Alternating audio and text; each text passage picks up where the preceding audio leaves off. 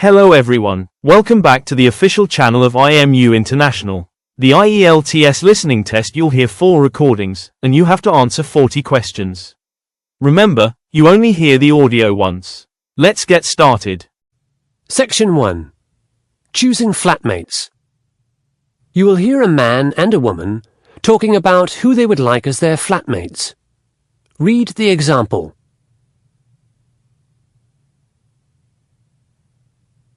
Okay, Alex, let's make a decision now.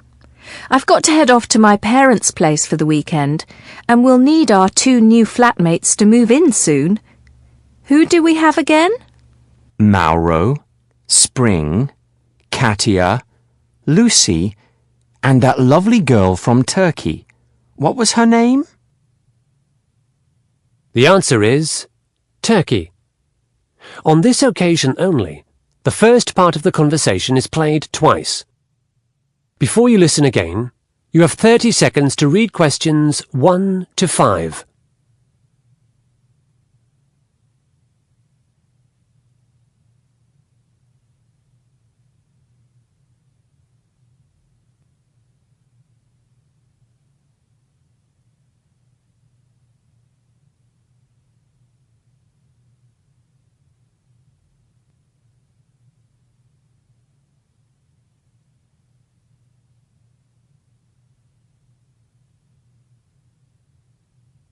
Okay, Alex, let's make a decision now. I've got to head off to my parents' place for the weekend, and we'll need our 2 new flatmates to move in soon. Who do we have again? Mauro, Spring, Katia, Lucy, and that lovely girl from Turkey. What was her name? Aziza. I think she's my first choice. She seemed very mature. She did, didn't she? She also said she'd shared a house in Istanbul for 2 years before she came here, so she knows what flatting is all about. That's true. While you were on the phone, I had a talk to her about her part-time job as a telephone counsellor for the Turkish community. It sounds quite steady and well enough paid, so she won't have any problems with the rent, unlike our old flatmate, Tina. Who would you choose next? How about a guy? I don't know. Neither of them was that impressive. I mean, Mauro from Mexico was a party animal. Remember, he only found our place because he knew there was a certain nightclub nearby. And Spring seemed spoilt to me. He told me that his father in Hong Kong paid all his parking and speeding fines, and he ate out at restaurants almost every night. I doubt he's got any idea how to cook. That leaves us with Katia and Lucy then. And I found Katia rather shy. We hardly know anything about her. I think she's the strong, silent type. But while you were showing Mauro around, I had a chat to her. She's in her 3rd year of environmental engineering. Really? She's going to be an engineer? Yes. In fact, she won a prize at university last year for a model she made. That does sound interesting. But what about Mauro? We could do with someone social. I'm sure he'd be keen on our Sunday get-togethers. He promised me he knew how to barbecue. Plus, he's working as a security guard at night, so he'll be around during the day. It's not a bad idea having someone in the flat while we're all out. I don't know. If he works night shift, he might sleep during the day. This year, I'll need to practice the piano here in the mornings for my performance course. It's likely my music would disturb him. That's a fair point. Before you listen to the rest of the conversation, you have 30 seconds to read questions 6 to 10.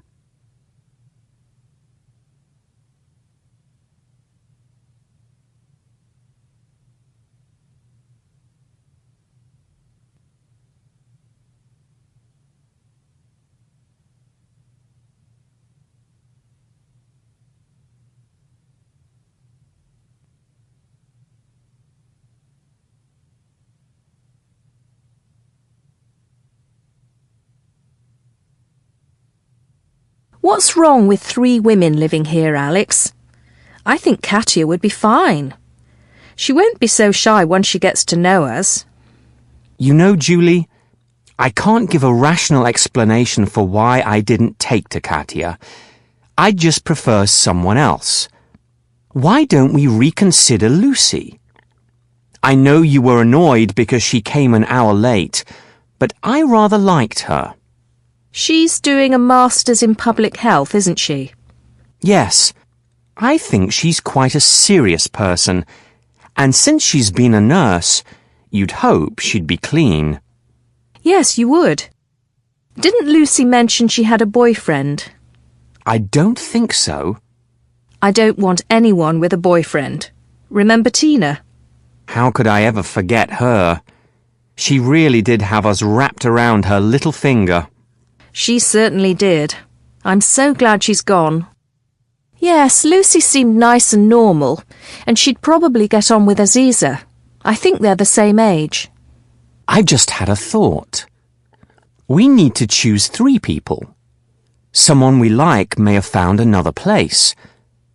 I love our flat, but it's some distance from the city and not everyone likes an old building. So who should we have? How about Aziza and Lucy and Maro as reserve? I agree with your top 2, but I think Katia should be backup. I'll call Aziza and Lucy. And if one of them has made another commitment, we'll think again. You now have 30 seconds to check your answers. Designing a veranda garden. You will hear a woman giving part of a workshop on garden design. Before you listen, you have 30 seconds to read questions 11 to 14.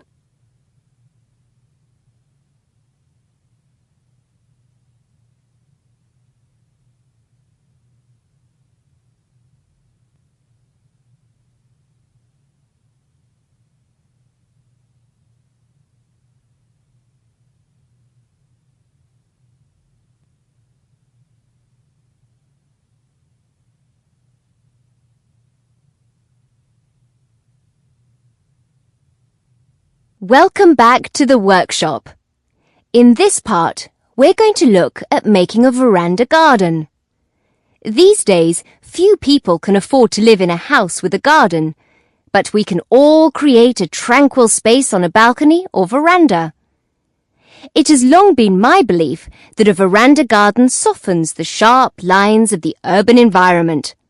Greenery, blossom, and fruit, which attract birds and insects, bring us closer to nature. If well designed, its mood changes with each season, and it may reflect Japanese spiritual traditions that help us feel at peace.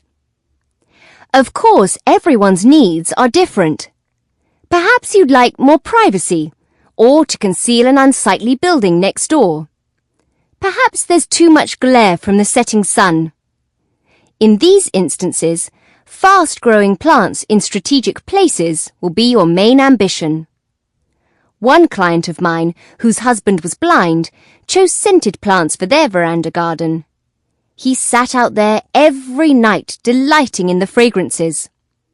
Another client of mine opted for an area of raked gravel, with one large ornamental rock reminiscent of a famous temple garden in Kyoto. From a more practical perspective, a low-maintenance veranda garden will increase the value of your property. You may be surprised to know that around the world there's a movement in big cities for roof, terrace and veranda gardens, so buyers won't be put off by your creativity at all. But on to our design. I'm assuming your veranda is about 1.8 meters deep and 4.5 meters wide. If it's larger than this, all the better. If it's smaller, you'll need to plan more carefully, foregoing some features. It doesn't matter which floor of the building you're on, but if you've got a view, you might consider how tall particular plants grow. The handout I've given you details a range of plant characteristics. For example, a loquat tree grows to 6 meters, but an azalea bush only reaches 3. Loquats bear fruit as well, which you might like to eat, or you might find a chore to pick up and dispose of. In my design, I've chosen a Japanese maple as the centerpiece, since I love the way its foliage changes color in autumn. In a large pot, a maple will grow to about 4 meters. The garden design I'm going to show you is quite high maintenance at the start. I'd say you'd have to spend 3 hours a week tending it, but after a year or so, it virtually takes care of itself. Before you listen to the rest of the talk, you have 30 seconds to read questions 15 to 20.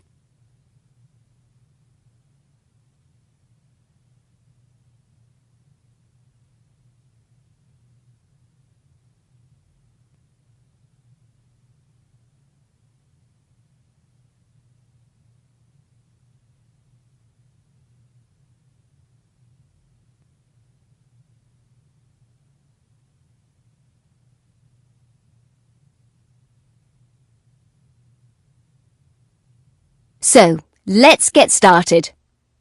Your veranda probably has a concrete floor and a low brick or concrete wall around it. It's more than likely you've got a drain in the top right corner. The floor of the veranda garden is the first priority. In my design, I've chosen 4 different surfaces to create a sense of space, and because they react in different ways to light and rain. In a small area, you want to maximize texture. I've chosen practical square concrete pavers for the area under the table and chairs, and elsewhere large irregular stones sourced from a river, and small round stones not much bigger than pebbles. There's also an area of sand which is marked with the letter H in your diagram.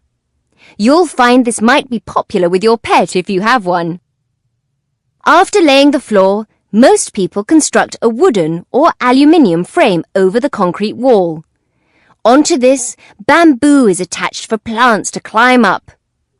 In front of the bamboo, wooden planters or boxes may be positioned. The choice of plants in these is up to you. But again, think about height, shape, loss of leaves, fruit, scent, and cost. Although maples are expensive, they're beautiful, and I've put one in the center. After you've planted, you'll probably want to buy a really nice set of outdoor furniture. Stackable plastic chairs are a no-no, as in my view, they're part of the ugly, mass-produced culture we're trying to escape. I also discourage people from putting a barbecue on their veranda because they're so seldom used, and they take up such a lot of space. Some people do add features like a small pond or bird bath or a stone lantern to their newly landscaped area. So, happy designing!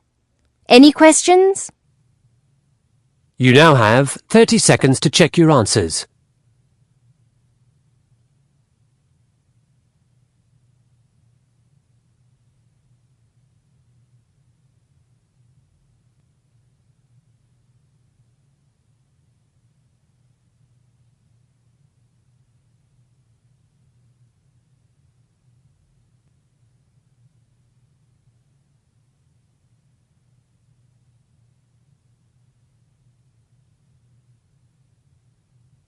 That is the end of Section 2. Section 3. Architecture Essay. You will hear 2 students discussing an essay they are writing together about architecture. Before you listen, you have 30 seconds to read questions 21 to 25.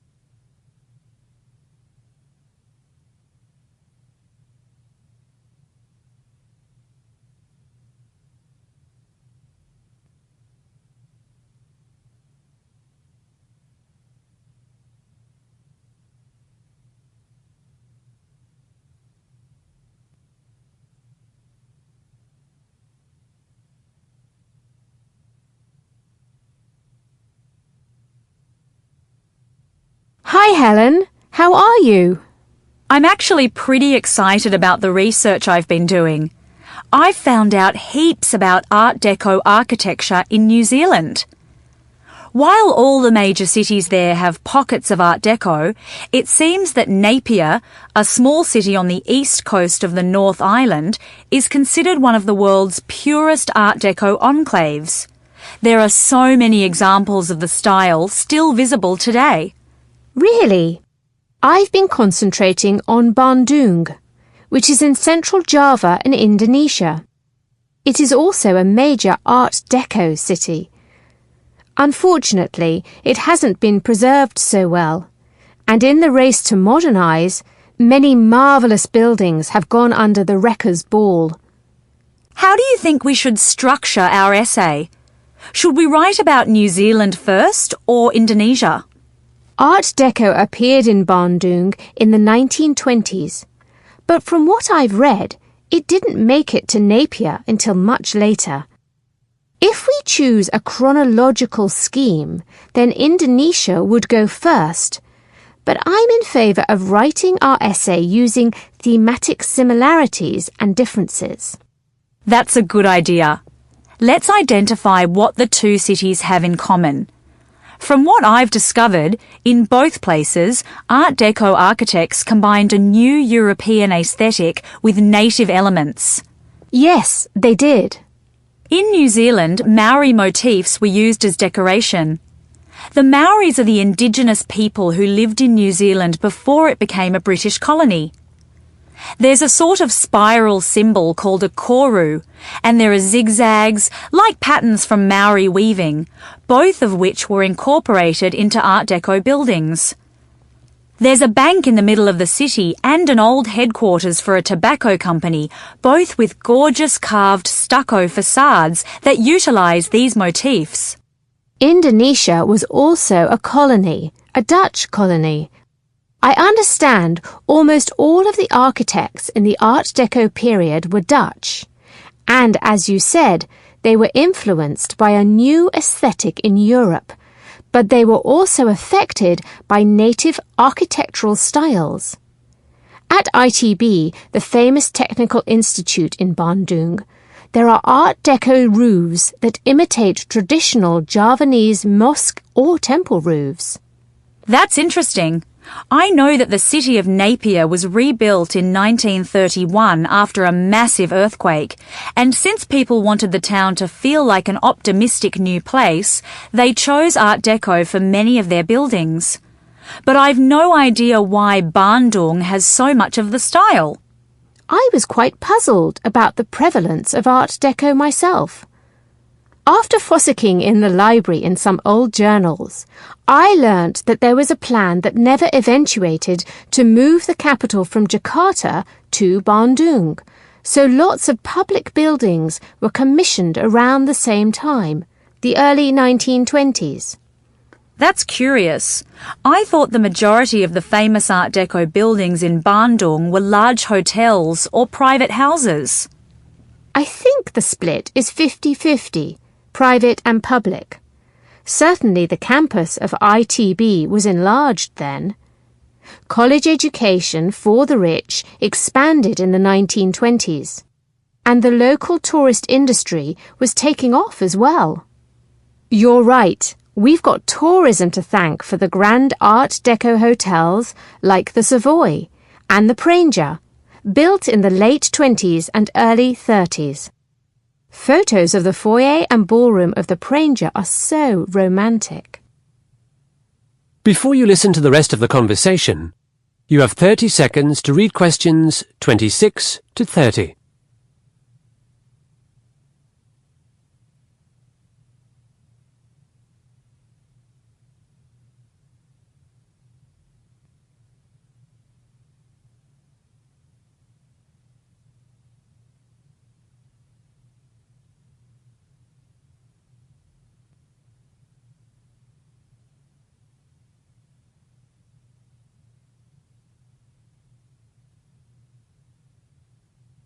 Okay, let's have a paragraph on the historical reasons for these two cities featuring Art Deco, then another on what Art Deco actually is. It's a French term, isn't it? Yes, one influence was the 1925 Paris International Expo of Decorative Arts. But Art Deco was chiefly a reaction against the previous style of Art Nouveau, which had held sway from the end of the 19th century. That was all about nature and fluid forms, whereas Art Deco celebrated the machine age and the geometric. There are lots of influences, aren't there? Should we include anything on building materials? Definitely. They were different from the past. More concrete was used, more steel, more glass. These days, people rave about Art Deco, but at the time, it was considered somewhat low class because the materials are quite inexpensive and fabrication was rapid. These concepts were in stark contrast with some of the previous notions of craftsmanship in building. Yes, we'll certainly need a paragraph on materials. You now have 30 seconds to check your answers.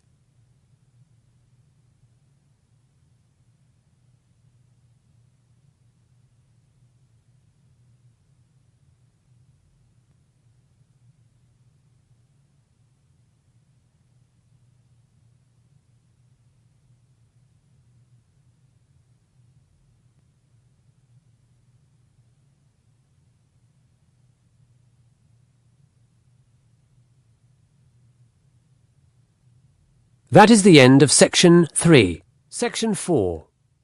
Wetsuits. You will hear a lecture on wetsuits. Before you listen, you have 45 seconds to read questions 31 to 40.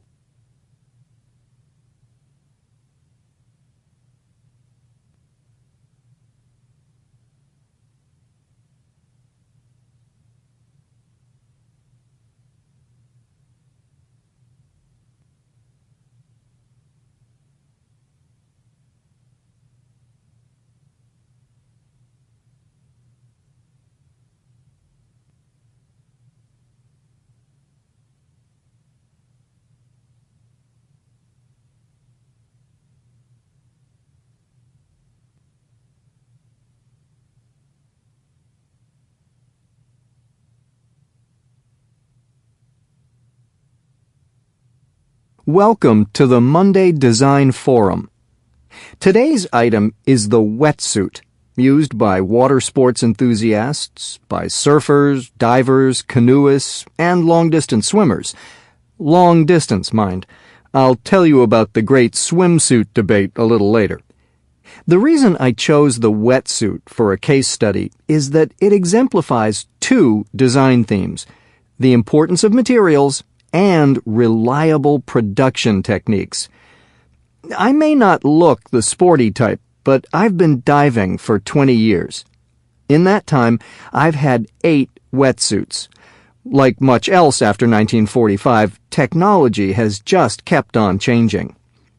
My first wetsuit was French and very expensive. It was made entirely from sponge rubber. It looked great, but it was horrible to get into and out of, and it weighed a ton. In general, first-generation wetsuits were liable to rip when being removed and were rather heavy. Pretty soon, I swapped my Pesh Spore for a lighter neoprene version. So, what's neoprene? It's a synthetic material considerably lighter than rubber. It's still spongy because it contains tiny bubbles of nitrogen gas. Since gases have lower thermal conductivity than liquids or solids, that is, they don't transport heat well, the body heat of a person wearing neoprene escapes only very slowly through the material. This means that a diver in a neoprene suit stays warmer longer than one in a suit made from rubber. Wetsuits are a recent innovation and were invented in the U.S., but there's no real agreement by whom or when. Hugh Bradner tried to patent a design in 1951. However, he was unsuccessful. The Mistral brothers and the O'Neills from California were all making and selling neoprene suits to the burgeoning diving and surfing community by 1953. In my view, it's irrelevant who the inventor of the wetsuit was. What is significant is that post-war prosperity brought more free time and a boom in sporting goods. But back to my collection of wetsuits. Since neoprene is fragile with all those gas bubbles, it's hard to join pieces of it together. Any hole, however tiny, just grows and grows. This means sewing with needle and thread is all but impossible. Therefore, early wetsuits were made by gluing or taping their seams. My first neoprene suit was black with yellow tape. I thought this yellow tape was to make me more visible underwater, but in fact, it joined the body-hugging sections together without letting water in. While neoprene itself was warmer and lighter than rubber, the taped seams proved to be a weakness, and I tore 3 of my suits. Suit number 5 was much stronger. Aside from being bright blue, my new suit came with Lycra backing, which was a technological breakthrough. This meant my suit was a bit like a sandwich. There was Lycra on the outside and inside, so putting on and taking off were easier, and there was neoprene in the middle for insulation. By the early 1980s, there'd been a revolution in wetsuit production. No glue, no tape, but a new kind of stitching. In fact, a technique called blind stitching had been developed. With this, a curved needle in a sophisticated sewing machine is used. The stitching dips into the Lycra backing, the top bread of the sandwich, but doesn't pierce the neoprene filling inside. Remember, neoprene is susceptible to tearing, so covering it with Lycra was a smart idea. Suddenly, wetsuits were warm, light, and durable. This revolution is important for design students because without this sewing technique, wetsuits would have continued to rip and remained the preserve of the rich. In design, you want a product that's unique, reliable, and affordable.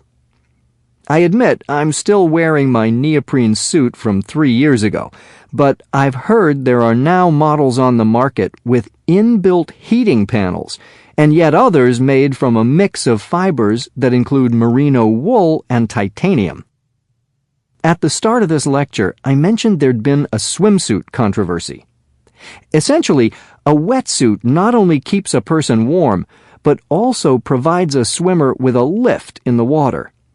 Unsurprisingly, swimmers wearing wetsuits break more records, so the International Olympic Committee has declared that only long-distance swimmers can use wetsuits. In short events, they're banned. That's all from me. I'm off to the beach.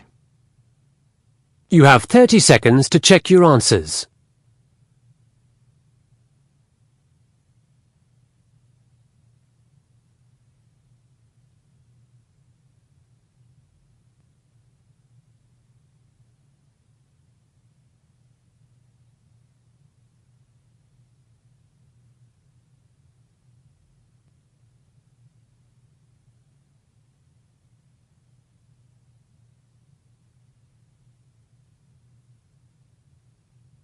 That is the end of section 4.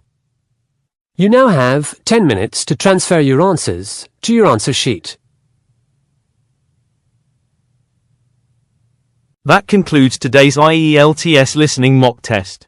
How did you perform? Compare your answers with the key provided to see your estimated band score. If you're ready to take your preparation to the next level, join us at IMU International. From intensive IELTS workshops to free student visa consultancy, we provide the expert guidance you need to succeed in 2026. Visit our centers in Navsari or Billamora to start your journey today. Don't forget to like this video and subscribe for more professional training from IMU International. Good luck with your studies, and we'll see you in the next session.